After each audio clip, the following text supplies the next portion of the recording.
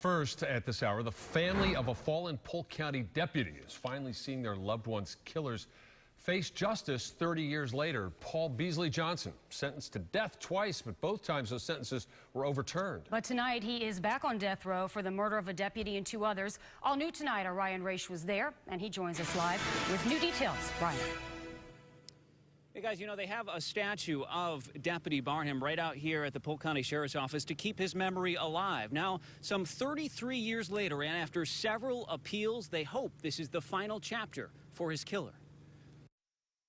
I'm hereby sentencing you to death.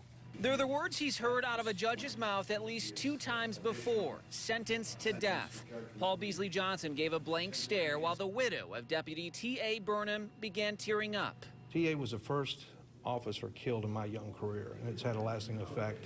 Retired FDLE officer David Waller responded that January night back in 1981 and joined the manhunt for Johnson, who in a hunt for drug money killed a taxi driver, another man who agreed to give him a ride, and finally the 27-year-old deputy. But he murdered my friend. Outside the Polk County Sheriff's Office, a bronze statue stands in honor of Burnham's sacrifice. Sheriff Grady Judd went to high school with them and sat next to him in the police academy. He's frustrated with the endless appeals. There is absolutely no discussion of whether or not he committed 3 vicious murders.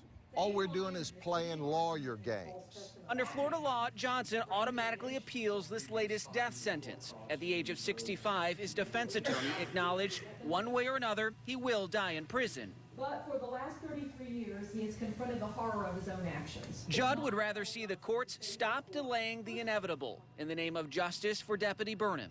Well, he's earned the death penalty, and we should see that he gets it just as soon as we can.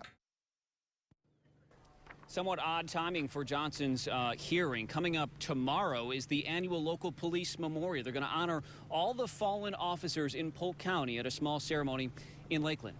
Reporting in Winter Haven, Ryan Raish, ABC Action News.